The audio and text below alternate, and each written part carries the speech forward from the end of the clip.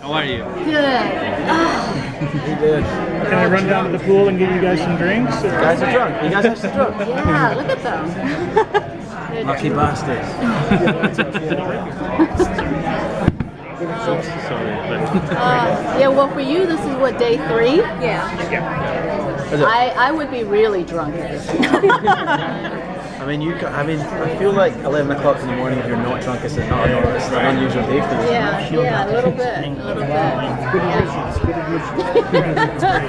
So you guys have a smaller cast this year coming to Comic-Con. What's it like doing it without Luke and You Brett? just went right for the jugular. I know. I'm We already know we're drunk. heartbroken. We're emotional. Yeah, I'm this is not why drunk, we're drunk, so- because we're so emotional. Yeah, she just went right for the jugular. I need a drink Our after that long-lost finale. comrades. So. Yeah. Go on, you can answer that. No, you were closest with Yeah, Adonis. it's really sad, but you know what? I'm getting over it. It's not as difficult as I thought it was going to be. No, we missed him. Obviously, we missed him a lot. And, but you know, they're still be a part of the family. I think so. We're all very much in contact. Personal lives, for sure. Yeah, of course there are. You know, yes. Would I have rather Ming go than Brett? Yes. Okay, maybe not. We have a love-hate relationship. But yeah, no, it's fine. We're coping with it. No, but I think what was so great storyline-wise, to be serious for a second, is that you know, the whole Hydra Hive storyline. There was sort of a real clean ending at that point for season 3, so that we can start off season 4 with a clean slate and almost a fresh start. You know, even with all the residual wounds, shall we say, of the heart and of the body and the mind. Yep. can you talk about? Oh, I'm sorry. Yeah. What can you say about the clean slate? Like, what can you put out there now as to where each of your characters starts in the new season? I think the finale was so much happened last season. I think I don't know how much we can say about where we're going to start off and things, but you know, in terms of like Fitz and Simmons kind of got together, Right, which is lovely. Yeah. Lovely. I know you'd rather have Simmons here with you, have Elizabeth. No.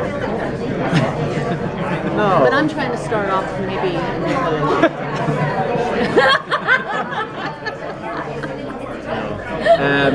yeah, so things are definitely going to be a lot different. I think I'd say that much. Like the dynamic of S.H.I.E.L.D. I think has changed. And in a weird way, I feel like we're rebuilding in a different way, and just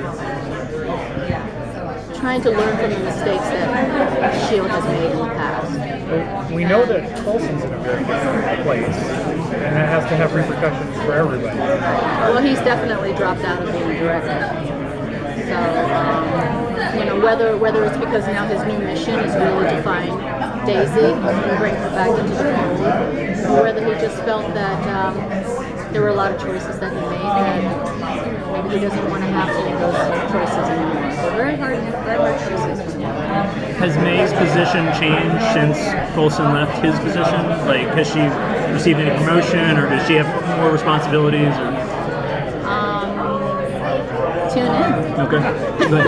And then, as for your character, he's part of this artificial intelligence program right now, and I think a lot of us are wondering, are androids the new Inhumans this season? Yeah, it's the life model decoys. I mean, they're definitely going to feature. You saw them at the end, like in the tag. So there's going to be a storyline definitely that's going to come in with them, and then I imagine Radcliffe is going to be back as well. And who's kind of introduced them, and so I imagine Fitz will have something to do with that, and Simmons, and I'm sure everyone will, but it is kind of But I think that it was left off at the end of season 3 that Radcliffe knew about the LMDs. Yeah. The rest of us, I don't Oh, yeah. have no idea. Right. So whether he reveals it to us or not in season 4, I think that could be a new conflict or a new storyline. We're just not sure. Okay. What was the jump ahead in time? We have 2 minutes. And also, jump ahead in time in the story, and also the change in time slot. Have either of those things had a serious impact? Because 10 p.m. is a big difference for me. Well, we just announced that Ghost Rider is going to be in the show, which is pretty cool. Yes, We and our just announced panel. it. So that instantly gives us a 10 o'clock slot. Instantly gives them that's quite a dark character. It can be, So it instantly gives them a lot more scope to play with. I think. And I feel like every year we've kind of matured and grown as a show, and the time slot kind of reflects Yeah, that. everyone else has, but Except you're for like me. Benjamin Button. You've just got more immature. Yes. So Iain, Brett had the opportunity to play, multiple different roles, but I think people kind of overlook your character and how you had multiple roles. I mean, you have, Fitz, and you also have Fitz who has a disability, and I think the most important role you had was becoming Fitz again. And what was that process like for you? Well, like a lot of the work was done for me by the writers and stuff, and there's a lot of specialists, that they kind of went to. And he asked me for a lot of advice on how to work those I just think your moments out, right? physicality and how you transitioned it was so seamless and so well. Oh, thanks. Yeah, I mean, and it was just kind of, like I say, a lot of the work was done for me, and it was something that we had kind of a lot of conversations about, just because it is something, what's been really nice is afterwards I've met a few people, that have gone through, traumatic brain injury, and